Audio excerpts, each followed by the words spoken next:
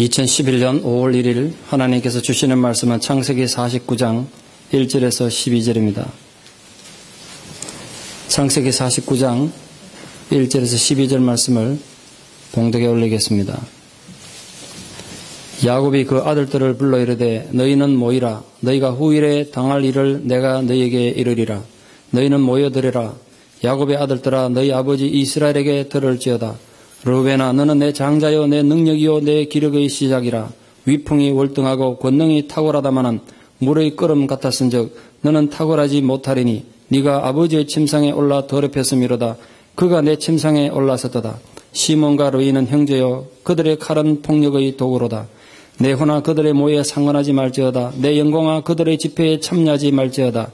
그들이 분노대로 사람을 죽이고 그들의 혈기대로 소의 발목 힘줄을 끊었음이로다. 그 노여움이 혹독하니 저주를 받을 것이요 분기가 맹렬하니 저주를 받을 것이라. 내가 그들을 야곱 중에서 나누며 이스라엘 중에서 흩으리로다. 유다야 너는 네 형제의 찬송이 될지라. 네 손이 네 원수의 목을 잡을 것이요 네 아버지의 아들들이 내 앞에 절하리로다.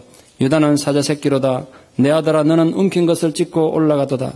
그가 엎드리고 웅크림이 수사자 같고 암사자 같으니 누가 그를 범할 수 있으랴. 규가 유다를 떠나지 아니하며 통치자의 지팡이가 그 발 사이에서 떠나지 아니하기를 실로가 오시기까지 이르리니 그에게 모든 백성이 복종하리로다. 그의 나귀를 포도나무에 매며 그의 암나귀 새끼를 아름다운 포도나무에 맬 것이며 또 그 옷을 포도주에 빨며 그의 복장을 포도즙에 빨리로다. 그의 눈은 포도주 레나에 붉겠고 그의 이는 우유로 말미암아 희리로다. 아멘. 한국 속담에 부자 3대를 못 간다는 속담이 있습니다. 아무리 부자라도 계속 유지하기가 어렵다는 뜻이겠죠.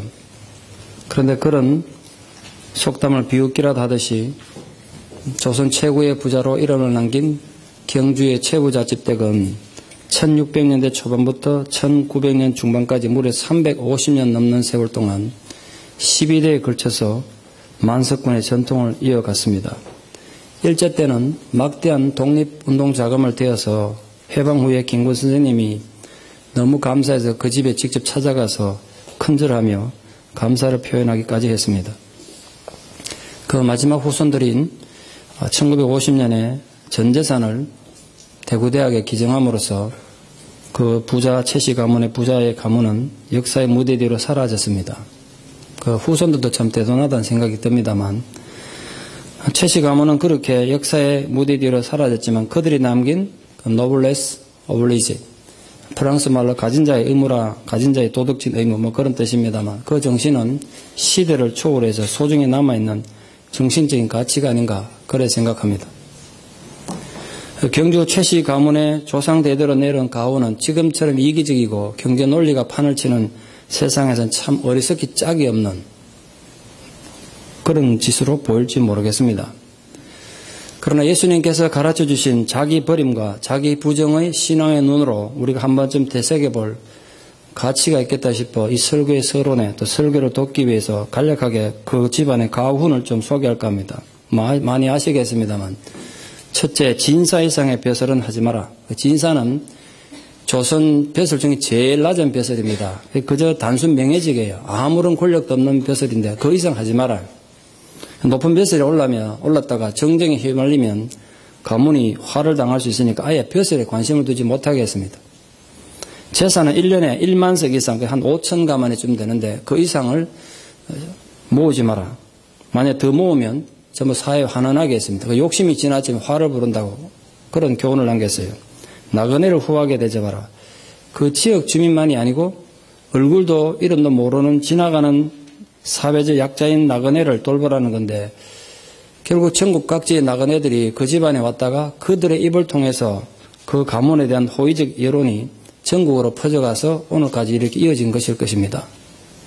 네 번째로 흉년에는 남의 논밭을 사지 마라. 먹고 살기 힘들어가지고 땅을 생명으로 여기는 농부들이 오죽했으면 땅 팔려고 내놨겠냐. 그때 사는 건 비겁하고 잔인한 짓이라는 거예요. 그때 그 사람들이 땅 안 팔아도 되도록 도와줄지언정 땅 사면 안 된다. 그래서 요즘 부동산 투기꾼들 들으면 뒷골이 땡기는 얘기죠. 가문의 며느리들이 시집 오면 3년 동안은 무명옷을 입혀라. 그 대단한 부잣집에 비단이 넘쳐났겠지만 내가 고생을 해봐야 가난한 이웃의 형편을 안다고 시집 오는 모든 며느리들은 3년 동안 비단 근처도 못 가게 돼요. 마지막 6번째가 사방백리에게는 40km쯤 됩니다. 지금이야 뭐 40km 차 타면 금방인데 고대 시대 백리면 굉장히 먼 거리입니다. 그 먼 거리 안에 있는 모든 지역 주민은 절대로 굶어 죽는 사람이 없다고 해라. 그건 우리 책임이라는 거예요. 가진 자의 책임이라고. 굶어 죽는 사람 책임 안 된다. 그래서 우리 가뭄이 들거든 흉년에는 우리 양식 풀어서 사회적 책임을 다하는 가문이 되라. 그걸 유언으로 남겼어요. 그 최씨 가문에 12대 선조인 최진립 장군이라는 분이 계시는데 이분이 병자호란 때 인조가 피난도 못 가고 남한사성에 갇혀 있다는 걸 알고 자기 자비로 군대를 조직해서 인조 구하러 갔다가 결국 구하지도 못하고 전사했습니다. 그분이 남긴 유언이 이 가문의 정신에 대해서 지켜졌고 후손들이 지켰다는 게 중요하죠. 아무리 뭐 가훈을 잘 남겨봤자 뭐 자손들이 안 지키면 의미가 없는데 대를 이어가도록 12대 손이 되도록 현대에 이르도록 그 가문이 그 할아버지 조상 대대로 내려온 가훈을 지켰기 때문에 그게 그 가문의 부흥의 원동력이 된 거 아니겠습니까? 그런 면에서 오늘 본문은 야곱이 자기 후손 이스라엘에 남긴 정말 중요한 정신적인 가훈이고 유산인 셈입니다. 그냥 생각 없이 성경 읽으면요. 이거 그냥 늙은 아버지 넋두리 같고 아무 생각 없는 얘기 같은데 그 속에 인생의 모든 성공의 비법이 있고 실패의 경고가 다 들어있습니다. 야곱의 아들들뿐 아니라 오늘 우리에게 이 시대를 살아가는 우리 삶에도 지대한 영향을 주고 있기 때문에 좀 문자 하나하나를 생각하며 읽으셔야 됩니다. 다시 제가 창세기 설교할 기회는 아마 우리 교회에서 은퇴하기 전에는 없을 거예요. 정말 소중한 시간을 지금 보내고 있습니다.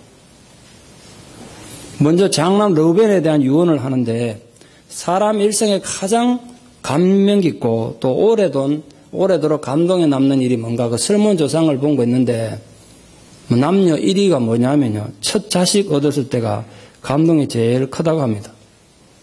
야곱도 마찬가지 아니었겠습니까? 특히 야곱은 고향 떠나 외롭고 힘든 세상에 나이는 80을 바라보는 노년에 첫 아들을 얻었으니까 얼마나 감격이 했겠어요. 80에 얻은 첫 아들. 형제가 많은 집안에서 장남이 뭐 고생하는 경우도 덜어 있습니다만 대개의 경우에 유대인들도 한국인과 비슷해가지고 장남에 대한 기대가 큽니다. 대개 부모가. 그래서 장남은 관심과 사랑을 독차지하는 경우가 많죠.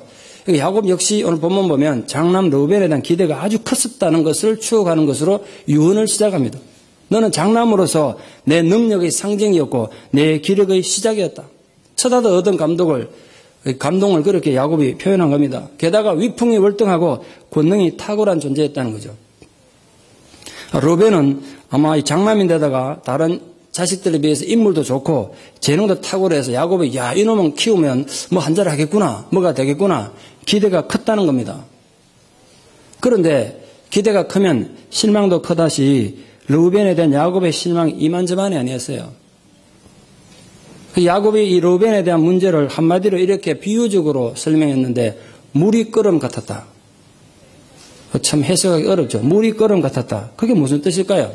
이런 주전자나 냄비에 음식 요리하려고 물을 넣어가지고 스토브에 올려놓고 깜빡 잊어버리고 외출해버렸어요. 그럼 어떻게 됐을까요? 혼자 끓다가 아무것도 없이 다 사라지겠죠. 아무것도 안 남는다고요. 그래서 물이 끓음 같았다는 의미는 기질과 욕망에 도가 지나쳤다는 겁니다. 우리 나사를 돌리다가 너무 세게 돌리면 지나쳐서 헛돌게 되면요 쓸모가 없어지죠. 르우벤도 혼자서 너무 끌어 넘쳐서 자기 기질을 다 드러내고 만 겁니다.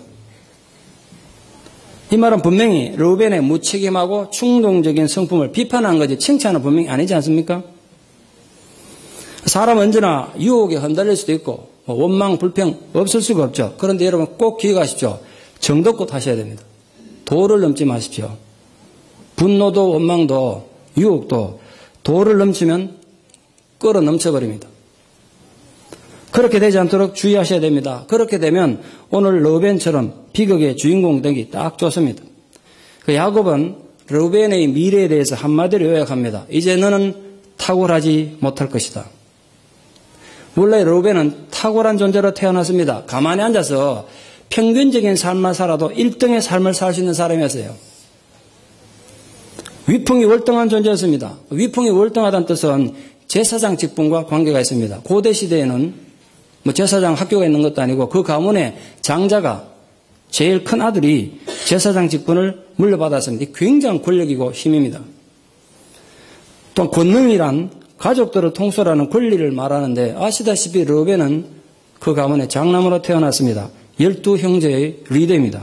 고대 시대 이건 진짜 막강한 힘이고 권력이었습니다. 그런데 르우벤이 자기 기질과 정력이 끌어넘치는 바람에 그 소중한 삶의 기회, 그 대단한 재능 다 날려버렸다. 그 기회를 다 날려버렸어요. 이제 그는 다시 똑똑해지려고 해서 안 되는 것입니다. 만약 그가 다시 또 똑똑해지려거나 다른 형제들 위해 장남이라고 군림하려고 해서는 안 된다는 걸 야곱이 유언으로 남겼어요.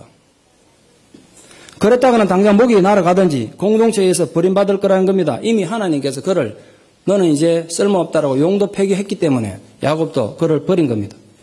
자기 혼자 잘난 척 떠들고 내가 그래도 이 집안의 장남이다. 아무리 소리친들 아무도 알아주지 않을 거란 거죠. 실제로 이스라엘 역사에서 르우벤 지파에서는요, 어떤 지도자도 나오지 않았고 있으나마나한 존재로 살다가 역사 속에 흔적도 없이 사라져버렸습니다. 그래서 아직도 수수께끼입니다. 어떻게 사라졌는지. 특히 그의 결정적인 실수는 서모 비라와 벌인 간통 사건이었습니다. 아버지의 침상에 올라 아버지 침상을 더럽혔음이로다. 야곱은 아주 오래전에 있었던 르우벤의 서모 비라와의 간통 사건을 이 죽음의 자리에서 떠올리고 있습니다. 이게 참 기가 막힌 소리 아닙니까? 아버지 죽으면서 자식한테 마지막 유언을 남기는데 네 옛날에 내 침대에 몰려와가지고 네 서모가 못된 짓 했지 이 나쁜 놈 이거 얘기하고 있어요 지금. 이런 부탁합니다. 빨리빨리 돌아가시기 전에 해결을 잘 하시라고. 제가 그랬잖아요. 돌아가시기 전에 나사가 딱 풀리니까 별소리 다 하시더라고. 이게 전혀 안 풀렸나 봐요 가슴에. 얼마나 한이 됐으면 이 죽음의 자리에서 자식이 그렇게 네 옛날에 내게 가슴에 못 박았다 이 얘기를 하고 있겠습니까? 아마 굉장히 야곱의 상처가 됐나 봐요. 르우벤은 그 서모와의 이 간통 사건 이게 참 기가 막힌 소리인데 그 사건을 통해서 자신의 명예는 물론이고 서모 비라의 명예도 더럽혔고 아버지 명예도 얼굴에 침 뱉은 거 아닙니까? 나가서 장남으로서 가문을 대표하는 자라서 자기 가문 전체의 명예를 더럽힌 것입니다. 도대체 르우벤이 왜 서모와 통관을 했을까? 정확한 이유는 알 수 없습니다. 성경에 설명이 없으니까. 그런데 한마디로 르우벤은 끼가 많은 사람이었어요. 끼가 많은 사람. 예술적으로 끼 많은 사람은 뭐 유일할지 모르겠습니다만 신앙생활하는 데 있어서 끼가 많으면요 결코 좋지 않습니다. 본인도 불행하고 공동체도 불행해집니다. 여기 끼라는 게 뭐냐 하면 뭐 여러 가지를 설명할 수 있겠습니다만 항상 자기가 대화의 중심에 대해 아마 직성이 풀리고 또 사람들과 관계에서 항상 최고로 인정을 받아야 되고 모든 관계에서 주도권을 잡고 인기를 끌어야만 만족을 누리는 걸 끼라고 합니다. 요즘 말로 한마디로 표현하면 연예인 기질 같은 겁니다. 연예인 기질, 연예인한테는 좋지만 일반인 연예인 기질 갖고 살면 괴로워요. 사는 게 힘들어져. 이런 사람 필연적으로 성적으로 문제를 많이 일으킵니다. 근데 만약 신앙인이 그런 끼를 가지게 되면 정말 불행해요. 이 사람 두 가지는 죽었다 깨나도 못해. 첫째, 겸손해질 수 없고요. 아무리 오래 신앙생활도 진실할 수가 없어요. 저 그런 사람 참 많이 봤습니다. 나보다 실력이 있거나 인정을 받는 사람 만나면 막 견딜 수가 없습니다. 그 르우벤은 자기가 장남이라고 오만 폼 다 잡다가 아주 교만했던 것 같아요. 제가 말씀 묵상하는 중에 르우벤이 서모 비라와 간통한 사건의 그 밑바닥에는 강한 교만이 깔려 있구나. 그걸 깨달았어요. 내가 이 집안의 장남인데 누가 나를 막을 수 있냐 이거죠. 아버지인데 이제 나이 든 아버지인데 어떡할 거냐 이거야. 그런 마음이 있었기 때문에 이 패륜을 저지른 겁니다. 야곱이 장남 르우벤에게 저주에 가까운 말을 유언으로 남긴 이유가 뭐겠습니까? 바로 르우벤 본인이나 그 후손들이 가지고 있기 때문에 그냥 두면 또 안 돼. 계속 또 문제를 일으킬 거니까. 너희들이 끝까지 하나님의 축복을 누리고 싶다면 다시는 고개 쳐들고 그렇게 쳐들지 말고 그저 하나님의 백성 된 그 자체만으로 만족하며 살아라는 거예요. 다시 예전처럼 리더십을 장악하려고 하거나 다시 최고가 되려고 하면 영원히 세상 밖으로 튕겨나가고 말 것이라는 경고입니다. 이제까지 지은 죄도 많은데 사실 르우벤이 죽어도 벌써 죽어야 되는데 왜 안 죽고 살았을까? 이게 좀 궁금했습니다. 서모 비라와 간통을 했는데 돌에 맞아 죽어야 되는 게 당시 법인데 왜 안 죽고 살아남았을까?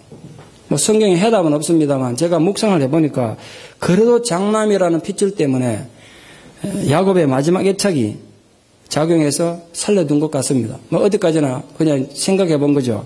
하여간 그렇게 죽어 마땅한 인생이 아직도 살아있다면 막 그것만 해도 감지덕지하고 어떤 불평도 원망도 하지 말고 이스라엘 공동체에 꽉 붙어 있으라는 거예요. 그러면 최소한 구원받은 백성으로는 살 수 있으니까. 그게 처자들에게 준 유언이에요. 참 유언치고는 너무 슬프지 않습니까? 또다시 끼를 부리고 장남이라고 잘난 척하면 진짜 죽을 거라는 경고예요.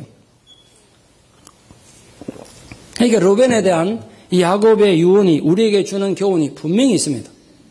어떤 사람은요, 태어날 때부터 하나님의 큰 은혜를 이미 받고 태어난 사람도 많아요. 많은 은사를 태어날 때부터 남달리 갖고 태어난 사람 많습니다. 그런데 인생 잘못해가 다 헛되게 보내는 거죠. 자기 고집을 하나님에 대한 열심으로 착각하거나 자기 기질을 하나님 은사로 착각해서 인생을 헛되게 살았다는 거죠. 사람은 누구나 말입니다. 자기 하고 싶은 대로 다 하고 살면 안 됩니다. 그거 잊지 마세요.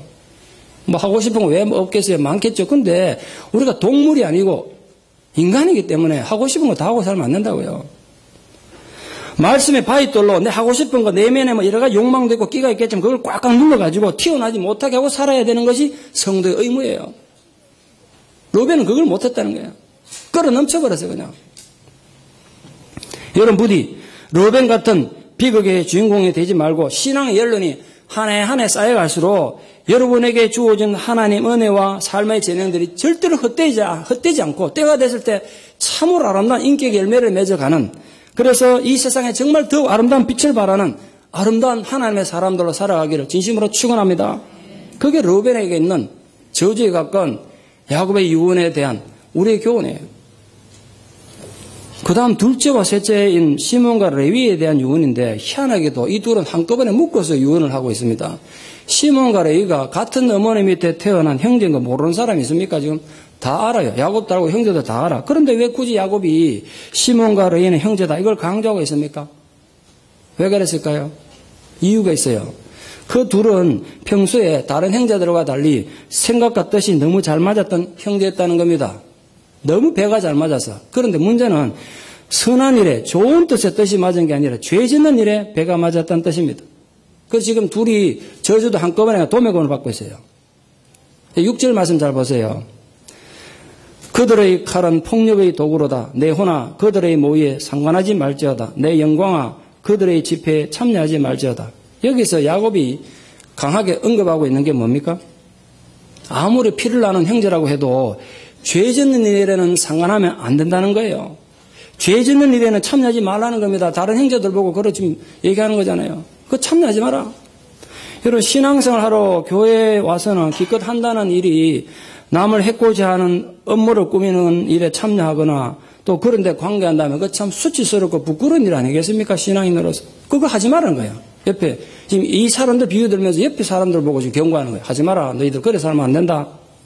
그래서 야곱이 그 후손들에게 이들이 죄 짓는 일에 상관도 하지 말고 참여도 하지 말라. 이거를 유언을 남겼어요. 얘기는 지금 시몬과 레위를 하면서 얘기는 옆에 있는 사람도 하고 있어요. 지금. 왜 그렇습니까? 시몬과 레위는 그들의 분노대로 사람을 죽인 파렴치한 인간들이기 때문이라고 분명히 말하고 있습니다. 이건 분명히 세겜에서 있었던 집단 살해 사건을 언급하고 있습니다. 여동생 디나가 나갔다가 성폭행을 당했다고요. 그럼 사태를 수습하자고 그 당사자들인 세겜 성주의 아들이 또 세겜 성주와 그 성 사람들이 와서 우리 함께 결혼해서 사돈 맺자. 그래서 왔으면 뭐 해결을 해야 되는데 그 성 주민을 속여가지고 모두 도륙해버렸습니다. 그때도 야곱이 마음의 상처를 굉장히 크게 받은 것 같아요. 그러니까 죽음을 눈앞에 둔 마지막 유언의 순간에 그 사건을 언급하는 거 아니겠습니까? 야곱은 그들의 분노가 얼마나 명분이 없는 분노였고 사악한 것이었는가를 설명하기 위해서 예를 들어 이렇게 설명하고 있습니다.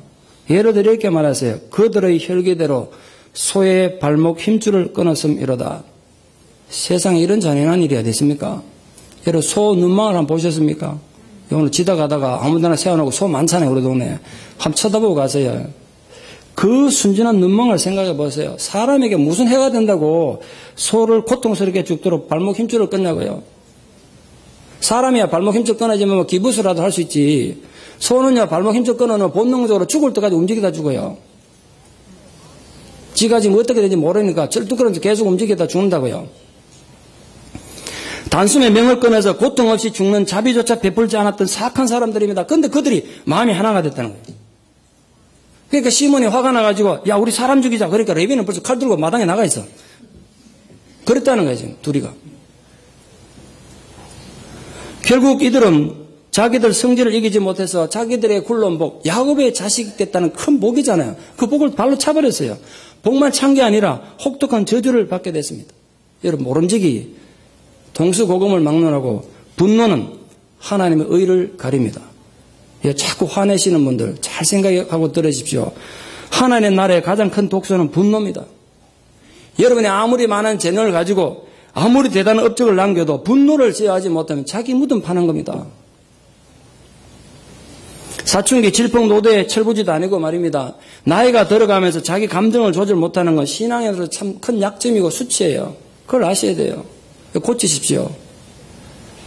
또 목사님 나보고 하는 소리 이런 분들 특히 고치십시오.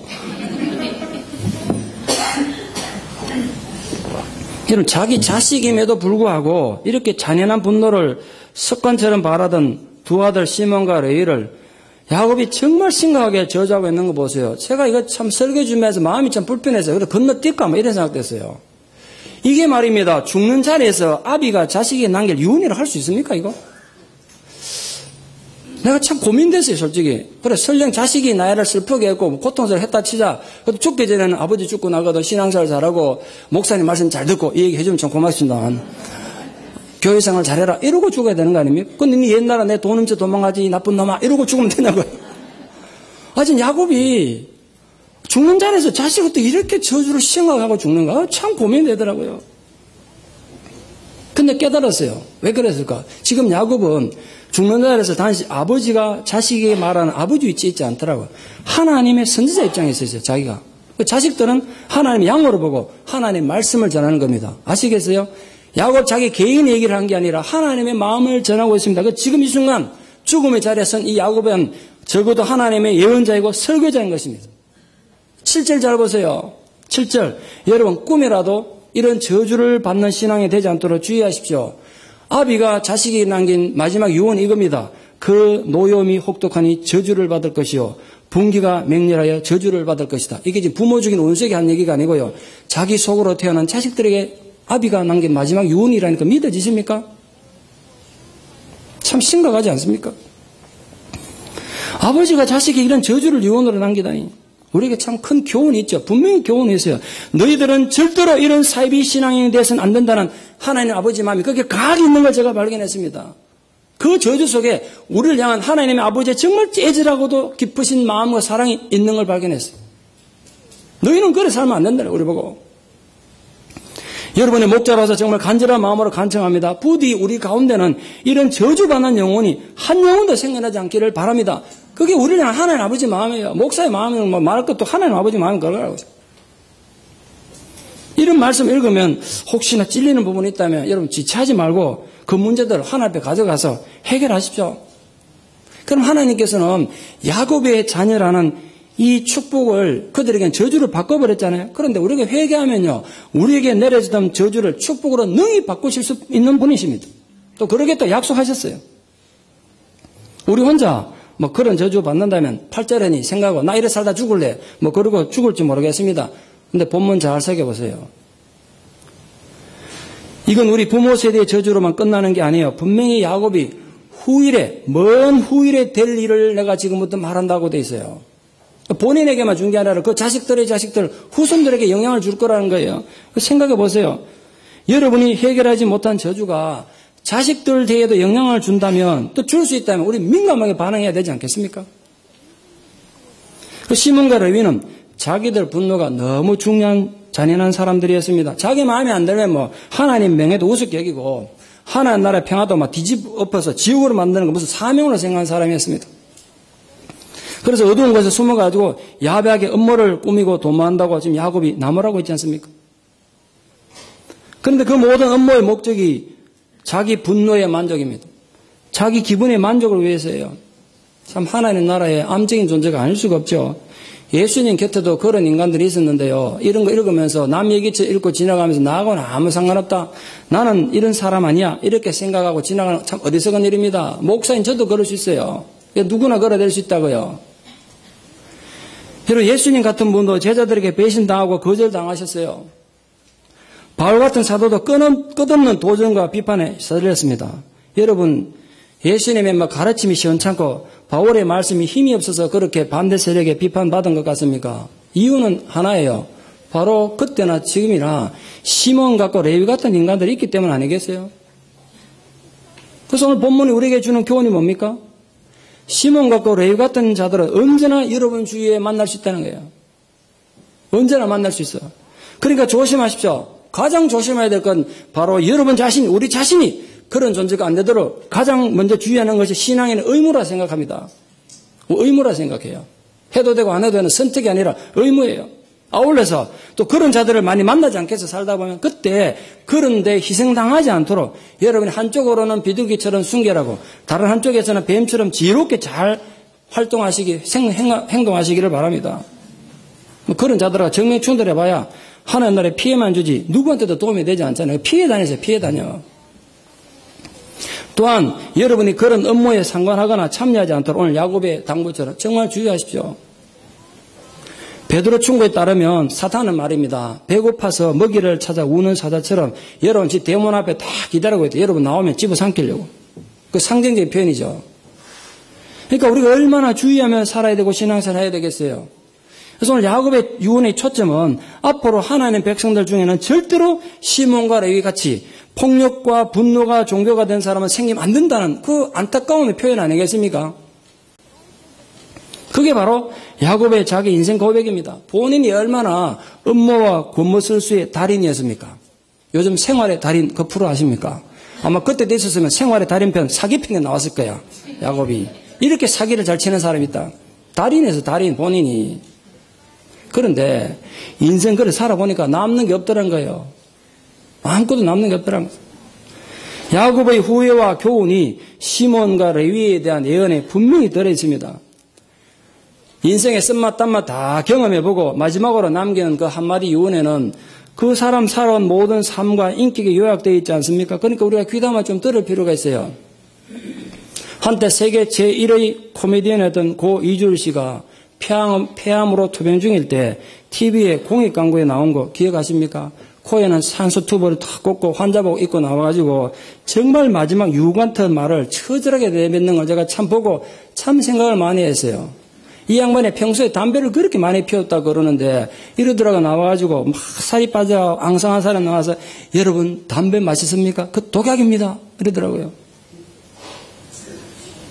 그건 결코 연기나 코미디가 아니라 평소에 무지 담배를 피웠던 자신의 삶에 대한 후회가 그 있는 거 아니에요? 자기 그래 죽을 줄 알았으면 담배 피웠겠냐고요. 그리고 세상에 대한 간절한 외침이었어요. 한국 최고의 코미디언이라는 명성과 큰 극장을 소유한 막대한 재산을 뒤로 하고 그는 그 광고 내보낸 지 불과 2달 만에 2002년 8월 27일 62세의 나이로 한참 살았을 텐데 그래 일찍 죽었습니다. 그렇게 죽을 줄 알았으면 입에 담배를 댔겠어요. 아직도 끊지 못하시는 분들 좀 새겨 들어주십시오. 우리가 이런 선배 인생들의 가르침에 귀를 기울이고 살면 우리 실수를 줄일 수 있지 않겠습니까? 우리 꼭 그 실수를 같이 해봐야 됩니까? 또한 그 우리 인생을 살아가는데 시간을 벌 수 있잖아요. 낭비를 안 할 수 있다고요. 신앙적으로는 더욱 그렇습니다. 우리보다 먼저 믿음의 길을 걸어간 하나님의 사람들, 또 하나님의 말씀 붙들고 처절하게 투쟁하며 실천해본 그런 경험을 가진 선배의 가르침은 우리에게 신앙훈련에 필요한 많은 시간을 줄여준 축복이 되는 거예요. 그런 면에서 오늘 본문이 야곱이 우리에게 남겨준 유언, 이 야곱의 처절한 유언은 우리 신앙과 인생에 정말 큰 도움이 되고 길잡이가 되는 것입니다. 그래도 이들이 자식들이라 야곱이 저주 중에도 축복을 베풀었어요. 시몬과 레위에게 축복을 줬어요. 그 축복의 내용이 뭔가 보세요. 축복이 이렇습니다. 내가 그들은 야곱 중에서 나누며 이스라엘 중에서 흩으리로다. 이게 왜 축복인지 아십니까? 흩어버리고 나누는 게 왜 축복이냐? 여러분, 열등감을 가진 사람끼리 뭉치면요, 사고를 치게 돼 있어요. 상처 많은 사람들끼리 뭉치면요, 죄를 짓지 않을 수 없습니다. 예를 들어, 가출한 애들끼리 모이면요, 무슨 선을 행하겠습니까, 걔들이 부모 떠나 가출했으니까 우리가 지금부터 인류 평화를 위해 살아보자, 이런 뜻을 모으게 있습니까? 예? 사회 정의를 부르짖어도 그렇게 헌신할 수 있겠냐고요. 가출한 애들이 모이면 필연적으로 죄 짓는 거 외에는 할 게 없어요. 아시겠습니까? 그러니까 시몬과 레위 같은 사람이 만나면 그거밖에 안 되는 거야. 백날 모여서 머리 맞대봤자 거기서 무슨 선한 게 나오겠냐. 죄밖에 안 되는 거야. 그러니까 시몬과 레위는요, 흩어지는 게 복이에요. 흩어지는 게 복이라서 그걸 준 거라고요. 실제로 이스라엘 역사에서 그들은 완전히 흩어졌습니다. 출애굽할 당시에 인구조사를 했는데 그때 시몬의 인구가 59,300명이었습니다. 꽤 많았습니다. 그런데 40년 지나서 가나안 땅에 들어갈 때 이제 땅 나누기 전에 다시 인구조사를 하는데 59,300명이 40년 살았으면 한 10만 명, 20만 명 늘어나 있어야 되잖아요. 근데 40년 지나고 나니까 22,200명으로 줄였어요. 절반도 안 되게 줄었어요. 12지파 중에 제일 숫자가 작았어요. 그래서 결국은 이 시몬 지파는 땅을 못 줬어요. 왜? 숫자가 너무 작기 때문에 땅 나눠줘봤자 유지를 못하니까 저기 쳐들어 막아내야 되는데 너무 숫자가 작아서 결국은 이 지파에 땅을 안 준다고요. 성경에 그렇게 돼 있어요. 너희들은 지파가 너무 작으니까 땅 가져가지 말고 유다 지파가 힘이 세니까 그 한쪽 기퉁이 붙어 살아라. 이래가지고 유다 지파가 받은 땅 한쪽 기퉁이 살다 그냥 허지부지 없어져 버렸어요. 그러나 역설적이에도 그들이 작아지고 흩어진 것이 그들에게 축복이었습니다. 왜 그렇습니까? 그들은 작아져야만 살 수 있기 때문에 그렇습니다. 시몬 같고 레위 같은 자들이 강해지고 커지면 자기가 불행해지는 건 당연한 짓이고 공동체도 불행해집니다. 그래서 어떻게 했든지 하나님이 흩어버리고 작게 만들어버리는 것입니다. 사람이 왜 자꾸 커지고 싶고 힘을 가지고 싶고 또 그 힘을 자랑하고 싶은지 아십니까? 바로 열등감이 가득 차있어 그렇습니다. 열등감이. 사람이 열등감이 차있으면 자꾸 자기를 과시하고 싶고 자랑하고 싶어요. 근데 그런 사람들이 죽지 않고 사는 방법은요, 커지지 않고 자꾸 작아지는 거예요. 그래서 야곱이 시몬과 레위에게 마지막 축복으로 흩어지는 복을 준 겁니다. 표면적으로 보면 저주지만 그들이 살아날 수 있는 방법이 그거밖에 없으니까 그게 하나님 축복이 된 거예요. 레위 지파는요, 시몬보다 한술 더 떠가지고 전국이 다 흩어져 살았습니다. 도피성이라고 돼가지고. 아예 땅 자체에 배분을 못 받고 다 전국이 흩어져 살았어요. 그러나 나중에 이 레위 지파는 성전에서 봉사하는 정말 귀한 사명을 받게 됩니다. 왜 그렇게 됐을까? 제가 어디까지 유추합니다만 물론 성경의 근거에 서 유추를 하는 건데 아마도 레위 지파는 이 야곱이 남긴 유언을 가슴 깊이 새기고 회개하는 삶을 살았던 것 같습니다. 레위 지파의 조상인 레위가 그 자식들에게 너희들 우리 아버지가 이런 유언을 남겼는데 너희들 정말 똑바로 살아야 된다고 유언을 계속 남겨서 그게 후대까지 내려간 것 같습니다. 그 근거가 어디냐면 아주 모세 시대에 이스라엘 백성들이 또 우상숭배 문제를 일으킬 때 누가 이 우상의 문제를 해결할 것이냐 그러니까 다른 지파들이 숨지고 가만히 있을 때 레위 지파가 불문이 일어나가지고 그 이 우상 문제를 다 해결했다고요. 우상 문제를. 그 은혜로 하나님께서 그들을 제사장 직분을 삼으셨어요. 전 거기에서 힌트를 얻었어요. 아, 이들은 회개를 했구나. 시몬과 레위는 같은 어머니 밑에서 태어나 형제로서 출발선상에서는 같은 문제를 가진 실패한 사람들인 거 오늘 여러분 분명히 보셨습니다. 그러나 그 후 그들의 과정과 결과는 분명히 대조되고 성경에 설명되어 있습니다. 그 원인은 하나님과의 관계에서 차이를 보이는 데 있습니다. 결국 본문의 야곱의 유언은 표면적으로 보면 시몬과 레위를 물론 저주한 것 같습니다만 그 내면엔 그들도 깨닫고 돌이켜서 우리와 같은 하나님 복받는 백성들 되기를 원하는 것이었음을 알 수 있습니다. 그러므로 사랑하는 성도 여러분, 여러분이 걸어가는 매 순간에 때로는 시몬 같고 때로는 레위처럼 실수를 했더라도 때로는 잔인했더라도 깨닫고 돌이켜서 회복을 누리는 하나님의 정말 복된 자녀로 살아가기를 진심으로 축원합니다. 그게 있어야 돼요. 오늘 마지막 넷째 아들이면 세 번째 복이 있는데 유다입니다. 유다에 오면요 완전히 분위기가 달라져요. 한마디도 저주가 없을 뿐 아니라 유다야 너는 내 형제들의 찬송이 될지다. 형제들이 너를 찬송할 거란 거예요. 이렇게 아름다운 축복, 이렇게 거룩한 말씀이 어디 있습니까? 앞에 형들과는 달리 비로소 처음으로 축복다운 축복이 선포되고 있습니다. 그런데 이것도 참 황송스러운 표현이에요. 인간이 인간의 찬송이 되다니. 성경 어디에도 찾아보기 힘든 말씀입니다. 제가 이 말씀 갖고 참 몸부림치면 물상을 많이 했어요. 어떻게 인간의 찬송이 되도록 하셨을까? 그저 얻은 결론이 이거예요. 결코 유다가 경배의 대상, 찬송의 대상이 되라는 말은 아닐 것입니다. 왜? 찬송의 대상은 오직 하나님뿐이니까.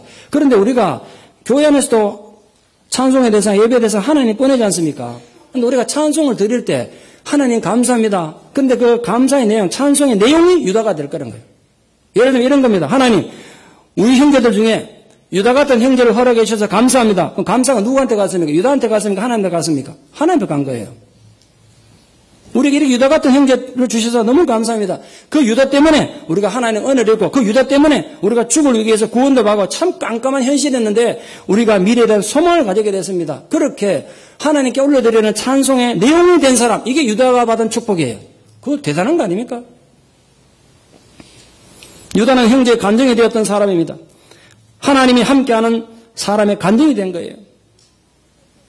사랑하는 성도님 여러분, 여러분은 이 야곱의 아들들 중에 어떤 아들이 되고 싶습니까? 르우벤같이 타고난 기득권만 내세워서 내가 장남이다, 내 말 들어라, 큰 소리만 치다가 더 이상 탁월하지도 못하고 가진 모든 재능도 잃어버리는 비련의 인간이 되고 싶습니까? 전 죽을 때까지도 그래 살고 싶지 않습니다.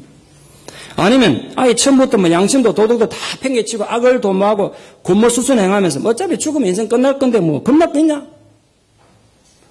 그런 생각으로 마음대로 악을 행하는 인간으로 살다 가고 싶습니까? 근데 의외로 그래 사는 분이 꽤 많습니다. 참 안타깝게도 신앙인 중에도.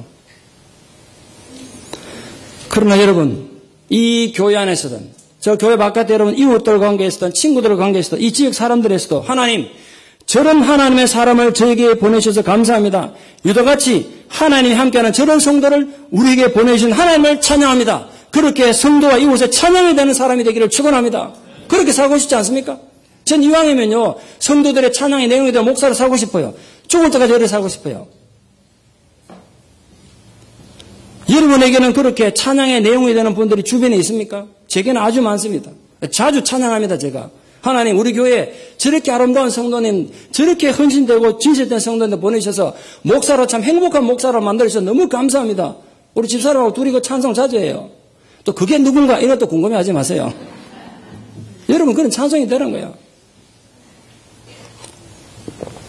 만나가지고 내가 다른 대화를 못해봐 멀리서 쳐다만 봐도 찬송이 되는 분들이 많으세요, 우리 교회. 그래서 우리 교회는 참 복받은 교회 같아요. 그 이런 아름다운 교회 담임 목사로 세움받으면 참 제 가문의 영광입니다, 솔직히. 가문의 영광이라. 저 아니라도 여기 목회할 분이 얼마나 많겠어요. 그런 거 생각하면 내가 진짜 더 겸손해지고 더 진실해져야 되는데 그런 분들을 실망시키지 않기 위해서 더 노력해야죠. 부탁합니다. 이왕이면 이곳에 찬송이 되십시오. 무엇보다도 여러분 자신이, 여러분이 이 교회에서 직분이 무엇이든지 부디 형제의 찬송이 되기를 진심으로 축원합니다. 그걸 평생의 목표랑 삼아보세요.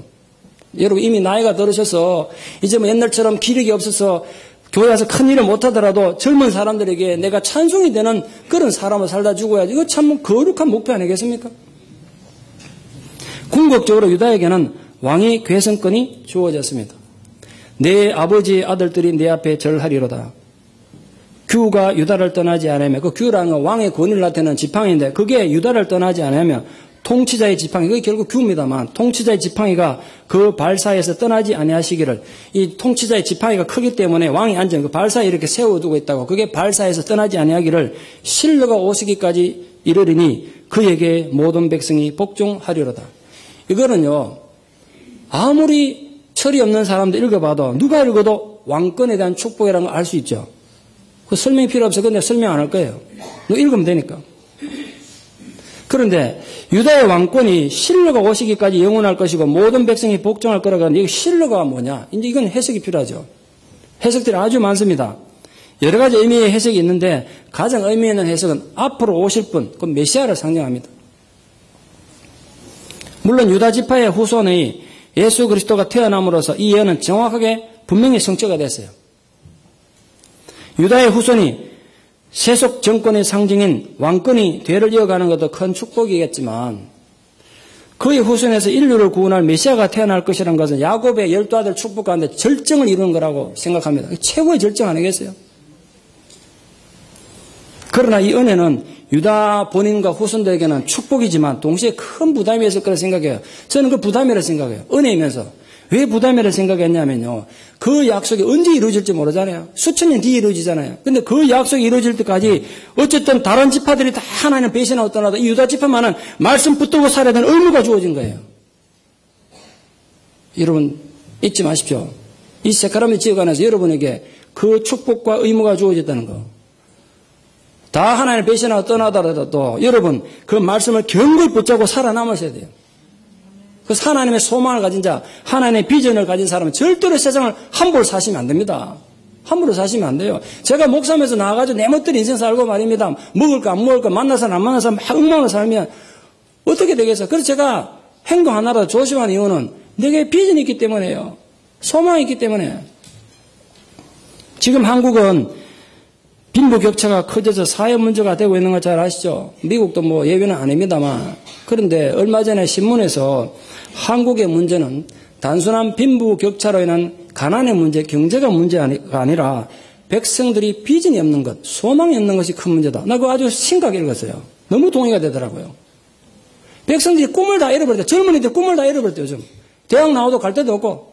그게 한국이 가장 큰 문제라 그러더라고요. 그러면서도 세계에서 제일 사치한 나라래요, 한국이. 참 고민입니다. 한국이 세계 제일의 사치국가가 된 것은 아무도 과거의 그 가난에 대한 한풀이가 아닐까, 이렇게 생각합니다만, 우리나라의 진짜 문제 적은 단순한 사치와 방탕이 아니라 백성들이 소망이 없고 비전이 없다는 것입니다. 비전이 있어야 오늘 참을 수 있고요. 오늘 참아야 내일이 있는 거 아니겠습니까? 우리 마찬가지입니다. 할아버지들, 할머니들이 그렇습니다만 나이든 부모님들도 그렇죠. 내 저 자식 결혼해서 애 낳는 것까지 보고 살아야지. 그거 소망이라고요. 그거라도 있어야 건강을 유지하죠. 저 손자, 손녀가 자라서 결혼해서 아이 낳는 거 보고 살아야지. 그런 소망이 어른들이 사는데 큰 힘이 되는 것입니다. 마찬가지로 유다 지파가 겉으로 오랫동안 보존돼서 지금까지도 유다 지파만은 보존돼서 유대인이라는 이름을 이 세상에 남긴 이유는 메시아에 대한 소망이 있었기 때문입니다. 그들은 어떤 어려움이 있어도 실록 50기까지 살아남아야 했습니다. 그들은 결코 없어지면 안 되는 것이었습니다. 만약 실록 50기까지 살아남지 못한다면 모든 인간들은 죄 때문에 다 죽을 수밖에 없습니다. 유다는 모든 인류의 운명을 위해서 고통스러워도 참아야 되고 자존심 상해도 참아야 되고 힘이 들어도 참고 살아야 했어요. 우리는 무엇 때문에 오늘 참고 사십니까? 여러분은 무엇을 기다리며 살아가고 계십니까? 만약 오늘 우리를 견디게 하고 참게 하는 비전이 없다면 우리는 그냥 사라질 것입니다. 여러분 잊지 마십시오. 우리 교회가 비전이 없다면 세월 지나면 그냥 사라질 거예요. 그런 교회가 얼마나 많습니까? 그래서 우리가 억울해도 참고 비참해도 참아야 하는 것은 비전이 있기 때문입니다. 그 비전이 여러분에게 있습니까? 유다에게 주어졌던 그 축복과 약속은 지금 전 세계에 흩어져 있는 주님의 교회 안에서 이루어져 가고 있습니다. 현실적으로 이루어져 가고 있습니다. 그래서 우리 교회 안에는 유다에게 주어진 그 축복이, 약속이 이미 주어져 있는 거예요. 그래서 교회에 하나님의 축복이 임하는 건 원래 그게 정상입니다. 막 우리가 기대가 떼써서 주는 게 아니라 원래 하나님 축복이 교회 안에 임하는 게 정상이라고요. 사람들이 교회 와서 예배를 드리다가 사람이 변화되고 마음이 새로워지고 상처가 치유되는 게 그게 정상이에요. 기적이 아니라 정상이라니까요. 근데 우리 자꾸 하도 비정상으로 사니까 정상이 기적처럼 보이죠. 원래 그 복을 주셨어요, 교회에다가. 부부관계가 회복되고 육체의 병이 낫기도 하고 그게 다 자연스러운 현상이란 말이에요. 물론 하나님께서 우리 교회에 그런 복을 주시는 건 우리끼리 행복하고 잘 살아가고 준 게 아니라 이 축복이 우리를 통해서 세상에 흘러가기를 원하는 거 그건 아시죠? 우리가 그런 축복의 통로가 되기를 원하시는 마음으로 우리에게 그런 은혜를 주셨어요. 그러므로 사랑하는 성도 여러분, 부디 예배를 드릴 때 구경하듯이 드리지 마세요. 지금 리사이트를 보는 거 아니잖아요. 강연을 듣는 게 아니라 여러분이 예배를 드리고 있단 말이에요. 시간을 때우듯이 예배 드리지 마십시오. 예배를 드리다가 여러분 그 양심 깊은 곳에서 심장 깊은 곳에서 하나님의 음성을 듣는 은혜가 있기를 축원합니다. 예배를 드리다가 내가 변화되는 체험이 있기를 축원합니다. 그거는 돈으로 해결할 수 없는 거잖아요. 아, 내가 하나님이 나와 함께 하시는구나. 내 삶이 좀 힘들어도 이렇게 하나님 나와 함께 하는구나. 그럼 내가 힘을 내야지. 내가 변해야지. 이런 변화 말입니다. 그게 예배 가운데 있어야죠. TV를 보다가 욕망의 불똥 보다가 그렇게 생기겠습니까? 정말이지 예배를 드리다가 우리가 변해야 됩니다. 한꺼번에 다 왕창 변하는 거 뭐 그런 건 기대하지 마세요. 조금씩이라도 변해가야 합니다. 변해가야 돼요. 제가 저를 분석해 보니까 5년 전보다 조금 더 인간이 된 것 같아요. 요즘 보면. 여러분 보시기에 뭐 한심한 것도 많겠지만 조금 더 변하지 않고 돌아가면 안 된다고요. 말씀이 내 귀에 들릴 때, 내 양심의 감동이 들릴 때, 일어날 때 전심으로 그 반응해서 그 변화를 나의 것으로 붙잡으십시오. 그냥 무의미하게 흘러가게 절대로 두지 마시고 그 변화를, 그 감동을, 그 은혜를 내 것으로 붙잡으십시오. 그게 유다에게 준 축복이고 오늘 교회에 준 사랑하는 성도들에게 준 축복입니다. 유다를 향한 축복은 계속됩니다. 네 손이 네 원수의 목을 잡을 것이다. 이 예언은 1차적으로 다윗에 의해서 다 이루어졌습니다. 다윗은 역사적으로 언제나 이스라엘의 원수였었던 블레셋, 모압, 암몬, 아말렉, 미디안 등 팔레스타인의 그 강대국도 다 정복했습니다. 대단한 왕이죠. 이스라엘 전 역사의 전무후무한 그때 딱 한 번 했어요. 딱 한 번. 그래서 유대인들은요 아직도 역사대대로 다윗 왕을 그래서 흠모하고 기다립니다. 대망하게 됐어요. 그런데 아십니까? 다윗은 생전에 정복하지 못한 땅이 없고 나라가 없을 정도로 다 정복했지만 끝내 정복하지 못한 땅이 하나 있었어요. 그게 뭔지 아십니까? 사단이 다스리는 땅. 자기 마음을 정복 못했어요. 정작 죄와 사단의 세력, 자기 마음을 정복하지 못했기 때문에 자신도 심각한 범죄를 저질렀고 그가 세운 왕국도 결국은 범죄 속에 망하고 말았습니다. 사람이 그래서 진짜 정복하고 싸워야 될 적이 누군가 보여주는 게 저는 다윗의 삶이라 생각합니다. 그렇게 강대국으로 다 땅 정복하면 뭐하냐고요. 자기 내면의 마음 하나 정복 못했는데. 그러나 유다 지파의 후손으로 오신 메시아 예수 그리스도는 십자가의 고난에 받아 죽으시고 장사지는 지 사흘 만에 부활하심으로써 죄와 사망의 권세를 정복하셨습니다. 우리 죄 문제를 해결하셨어요. 한순간에 모든 사단의 권세를 정복하셨습니다. 그러므로서 오늘 저와 여러분이 죄에 더 이상 조종당하지 않고 사망의 법에서 더 이상 조종당하지 않은 해방을 주신 것입니다. 그 축복이 우리 교회에 있고 사랑하는 성도들에게 있는 것입니다. 그게 오늘 유다를 통해 준 놀라운 축복이란 말이에요. 유다에게 주어진 그다음 축복은 이것입니다. 유다는 사다 새끼로다. 성경에 상대방을 힘으로 제압하는 힘을 가진 존재로 사자가 자주 등장합니다. 아주 많이 등장하는데 그런데 오늘 유다를 축복하기 위해서 사자 종류가 다 등장해요. 새끼 사자, 어미 사자, 아버지 사자, 할아버지 할머니 없습니다만 사자가 다 등장해 보세요. 얼마나 이 야곱 마음이 유다가 기쁘고 즐거웠으면 막 쳐다보니까 복을 더 주고 싶어서 뭘 새끼라는 게 어리다는 뜻이 아니라 젊다는 뜻입니다. 원래 뜻이. 그래서 숫사자, 암사자, 젊은 사자 다 동원해가지고 축복을 했어요. 제가 그거 보고 생각했어요. 아, 우리도 또 우리 교회도 사람들에게 그렇게 감사와 기쁨의 대상이 됐으면 좋겠다. 야곱 보기에 유다가 얼마나 기뻤으면 그렇게 한 마리만 해도 괜찮을 거면 세 마리나 막 그래 얘기했겠어요. 우리 교회 자체가 그렇게 세상 사람들 보고 세크라멘 다닌 장로교회는 그 이름만으로도 그 참 아름다운 교회라는 그런 교회의 명예를 가지도록 잘 가꾸는 교회가 되기를 축원합니다. 제가 더 노력하겠습니다. 그런 비전을 갖고 우리 꿈을 한번 합쳐보자고요. 사자에 비유된 유다는 다윗 왕이 수행한 정복 전쟁의 승리를 물론 예언한 것입니다만 궁극적으로는 유다 자손 중에서 오신 메시아가 이 세상을 정복할 것을 예언한 것입니다. 유다는 정치적인 왕권의 축복만 받은 게 아니라 사회적인 풍요에 대해서도 복을 많이 받았습니다. 그 비유가 포도나무와 포도주 비유입니다. 이 척박한 가나안 땅에 포도나무가 얼마나 넘쳐나게 되는지 유다 지파 때문에 표현이 이랬어요. 얼마나 포도나무가 많았냐면 나귀를 포도나무에 매겼대요.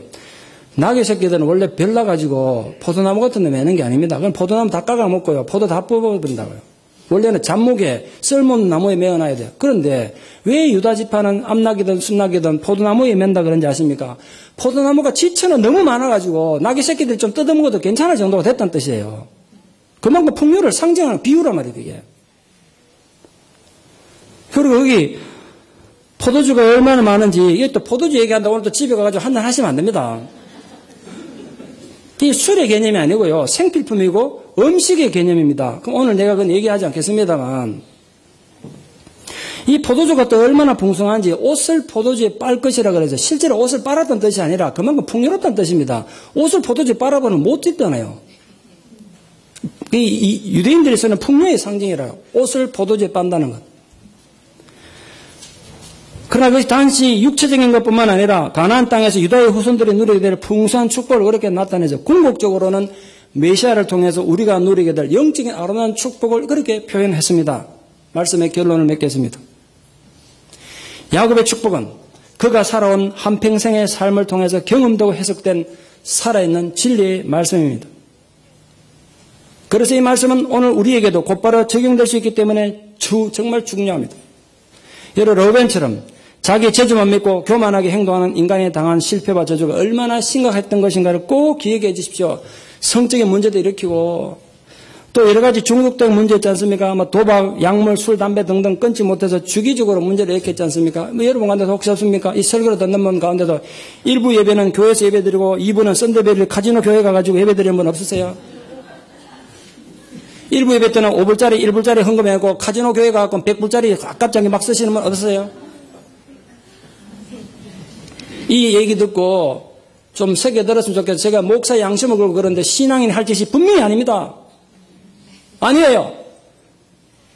내가 자꾸 여러분 자꾸 가면 썬데벨 앞에서 기다릴 거예요, 제가.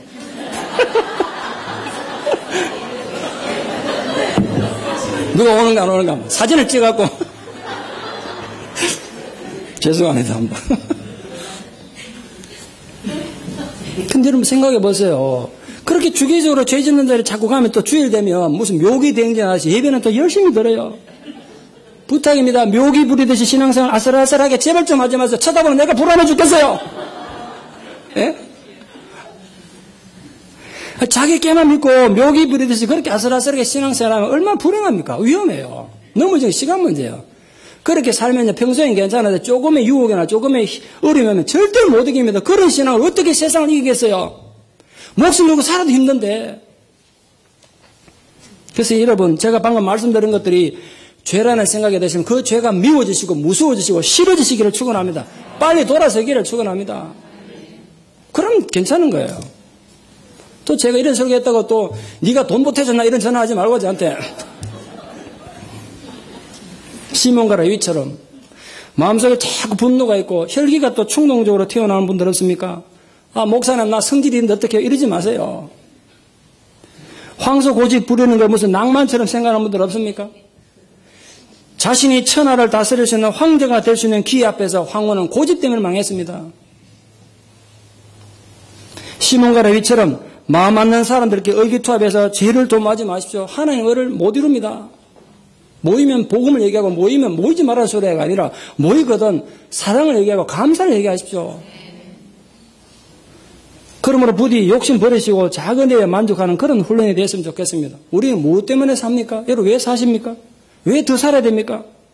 유다처럼 형제들이 찬송해야 되는 사람, 사자와 같이 용맹한 믿음으로 고통과 절망을 넘어서 이 세상에 하나님의 의를 찬란하게 드러내는 하나님 사람 되기 위해 오늘도 우리 사는 겁니다. 그리고 하나님 주신 비전이 이루어져가는, 야, 하나님 이렇게 비전을 이루어 가시는구나. 그 감동을 맛보기 위해서 오늘도 우리 사는 거 아니겠어요? 오늘 본문이 우리에게 마지막으로 남긴 교훈이 무엇입니까? 우리가 물려받아야 될 것은 이 땅의 돈이나 땅이나 권력이 아니라는 거죠. 믿음의 사람들이 경험했던 그 하나님, 그들을 지키고 보호하셨던 하나님, 무능한 자를 능하게 하신 하나님, 바로 그 하나님 임재를 물려받는 거고 그게 체험하는 거라고 했어요. 그렇게 해서 앞으로 여러분 일생 살아가시는 동안 사랑하는 성도님 모든 분들이 여러분의 가문의 역사 속에 또 우리 사랑하는 교회의 역사 속에 형제들의 찬송이 되는 주님의 행복한 종들이 되시기를 진심으로 축원합니다. 기도드리겠습니다. 하나님 감사합니다. 참 우리 부족하고 연약한 것이 많은데 우리를 불러서 너희는 너희 형제의 찬송이 될지라 우리 그걸 아멘으로 받아들입니다. 나의 것으로 받아들이고 우리 사랑하는 교회의 것으로 받아들입니다. 우리 교회가 우리 형제들의 찬송이 되도록 노력하겠습니다. 내 자신이 내 가족과 내 이웃의 성도들에게 찬송이 될 것을 결단합니다. 그로 통해서 궁극적으로 하나님 홀로 영광을 받아 주시옵소서. 예수님 이름 받들어 기도드리옵나이다. 아멘.